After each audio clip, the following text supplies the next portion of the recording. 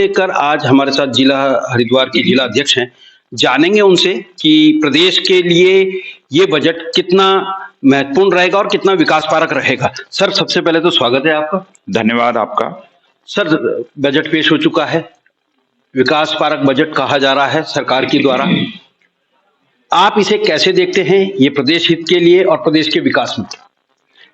देखिए, जो कल बजट पेश किया है 89,230 करोड़ रुपए का, एक बहुत संतुलित बजट है। इसमें सभी वर्गों का, खासकर जो प्रधानमंत्री आदरणीय नरेंद्र मोदी जी ने जो एक आह्वान किया है कि आज देश जातियों में विभक्त ना होकर 4 जातियां उन्होंने हमको बताई हैं: गरीब, युवा, किसान और महिला। इन चारों वर्गों का विशेष तौर पर बजट में बहुत अच्छी तरह से ध्यान रखा गया है। सभी के लिए कुछ ना कुछ इसमें ऐसी योजनाएं डाली गई हैं जिससे सभी वर्गों का, इन चारों वर्गों का विकास हो और चारों और आगे बढ़ते हुए, क्योंकि यदि आज हम 2047 में विकसित राष्ट्र की कल्पना करते हैं तो जब तक इन 4 जातियों का विकास नहीं होगा तब तक हम कहीं टिकने वाले नहीं हैं। इसलिए इस बजट में विशेषकर मैं आदरणीय अपने मुख्यमंत्री पुष्कर सिंह धामी जी का, वित्त मंत्री प्रेमचंद अग्रवाल जी का विशेष तौर पर आभार व्यक्त करना चाहूंगा कि उन्होंने इतना समावेशी, इतना संतुलित बजट पेश किया है जिसमें सभी इन चारों वर्गों का विशेष तौर पर ध्यान रखा गया है। चाहे स्वास्थ्य का क्षेत्र हो, अब हम यदि स्वास्थ्य के क्षेत्र में लेते हैं, स्वास्थ्य और शिक्षा में 15,376 करोड़ रुपए का बजट का प्रावधान रखा गया है। युवा कल्याण के लिए जब हम युवाओं की बात करते हैं तो 1679 करोड़ रुपए का बजट सिर्फ युवा वर्ग के लिए रखा गया है, ताकि युवाओं को नए नए अवसर प्राप्त हो। और युवा ही हमारे देश की वो रीढ़ हैं और महिलाएं वो हमारे देश की वो रीढ़ हैं जो आगे चलकर जो हमारा विकसित राष्ट्र की एक कल्पना है उसको साकार करने में, किसान हो और गरीब हो, सब मिलकर उसको संकल्पना को साकार करेंगे। सर, धामी जी का फोकस ज्यादातर महिलाओं पर है और दीदी योजना वो लेके आए थे। क्या इसी प्रकार से किसी प्रकार की योजना जो बजट में है महिलाओं के लिए कितना हितकारी रहेगा ये बजट? देखिए, आप धामी जी का पिछला पूरा ये जो 2 साल का कार्यकाल है आप उठाइए। हमने महिलाओं को क्षैतिज आरक्षण देने का काम किया है। हमने, हमारी आदरणीय केंद्र की सरकार ने महिलाओं को आरक्षण देने का काम किया है। और सशक्त महिला होगी, जब हमारी सशक्त महिला होंगी तभी सशक्त राष्ट्र का निर्माण होगा। और सशक्त महिलाओं के बल पर ही, सशक्त युवाओं के बल पर, सशक्त किसानों के बल पर और सशक्त गरीबों के बल पर, जब हम गरीब को, आज 25 करोड़ लोगों को हमने गरीबी की रेखा से बाहर निकाला है, तो इन सब चीजों में, क्योंकि सबका प्रयास सबका विकास और सबके विश्वास के आधार पर ही जो मूल मंत्र है हमारे आदरणीय प्रधानमंत्री मोदी जी का, यही मूल मंत्र है।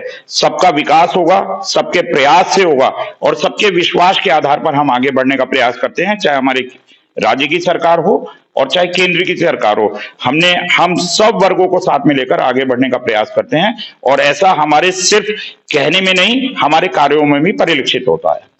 सर, बजट आया है, विपक्ष का बोलना है कि यह सिर्फ आंकड़ों का खेल है और लोकसभा चुनाव को ध्यान में रखते हुए इस तरीके के आंकड़ों को खेल किया गया है। आप किसे कैसे इस स्टेटमेंट को कैसे देखते हैं और विपक्ष का ये जो नजरिया है इस पे क्या कहेंगे? देखिए, अब जहां तक कांग्रेस की बात है, आप सब जानते ही हैं कि कांग्रेस को तो पूरी तरह से जनता ने नकार दिया है और आज जनता उनकी ये जो जुमलेबाजी है उस पर कोई यकीन नहीं करती है। वो सिर्फ, क्योंकि उनको सिर्फ बोलने के लिए बोलना है, वो उनके पास कोई मुद्दा बचा नहीं है। वो सिर्फ और सिर्फ जनता को भ्रमित करने का काम करते हैं, लेकिन जनता सब कुछ जान चुकी है, सब कुछ समझ चुकी है। अब की बार फिर से एक बार हमारे मोदी जी ने नारा दिया है कि अब की बार 400 पार, और निश्चित मान लीजिए हम बहुत बड़े बहुमत के साथ में अपने केंद्र में सरकार बनाने वाले हैं। आने वाला लोकसभा चुनाव हम निश्चित रूप से, हमने 5 लोकसभाओं का टारगेट किया है। हम प्रत्येक लोकसभा को 5 लाख के मतों के अंतर से जीतने वाले हैं। सर, अभी आपने लोकसभा का मुद्दा उठाया, लोकसभा चुनाव को लेकर आपने बात कही। भाजपा की तरफ से कहा जा रहा है कि इस बार भी 5 सीट, जो प्रदेश की हमारी 5 सीट है, वो 5 सीट पे फिर से काबिज होंगे। कैसे देखते हैं? और भाजपा, आप जिलाध्यक्ष हैं, हरिद्वार में एक जो लोकसभा सीट है उसके लिए भाजपा कितनी तैयार है? देखिए, भारतीय जनता पार्टी का प्रत्येक कार्यकर्ता ऐसा नहीं है कि हम आज चुनाव आया है तो आज हम चुनाव के लिए तैयारी करते हैं। हम लगातार पूरे 5 वर्षों में चुनाव के लिए लगे रहते हैं, और चुनाव के लिए नहीं, भाजपा सिर्फ राजनीति करने, सिर्फ सत्ता प्राप्ति के लिए राजनीति नहीं करती है। भाजपा का प्रत्येक कार्यकर्ता सेवा को अपना माध्यम बनाता है।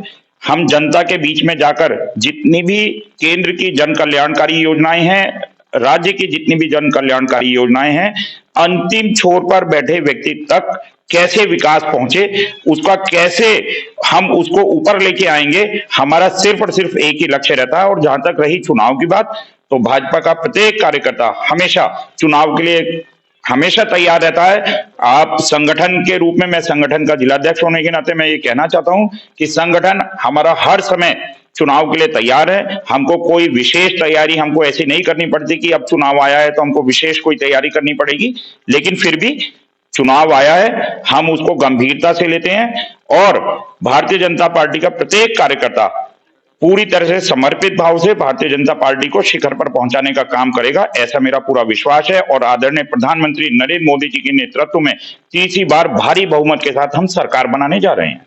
सर, एक बड़ा मुद्दा है, अगर आप कुमाऊं में देखते हैं तो नैनीताल विधानसभा और नैनीताल लोकसभा सीट के लिए भाजपा से कई दावेदार सामने आ रहे हैं। जैसे अरविंद पांडे हैं, पूर्व शिक्षा मंत्री हैं, अरविंद पांडे सामने आ रहे हैं, उनके समर्थक बराबर इस बात को कह रहे हैं। हरिद्वार में ये चीज देखने को नहीं मिल रही है। निशंक जी के लिए ना तो किसी ने बात कही है, ना कुछ है। क्या इस बार भी निशंक जी ही लोकसभा चुनाव के उम्मीदवार होंगे या कोई नया होगा? अगर नया है तो किस प्रकार से उसकी तैयारी है? देखिए, निशंक जी हमारे वर्तमान में सांसद हैं।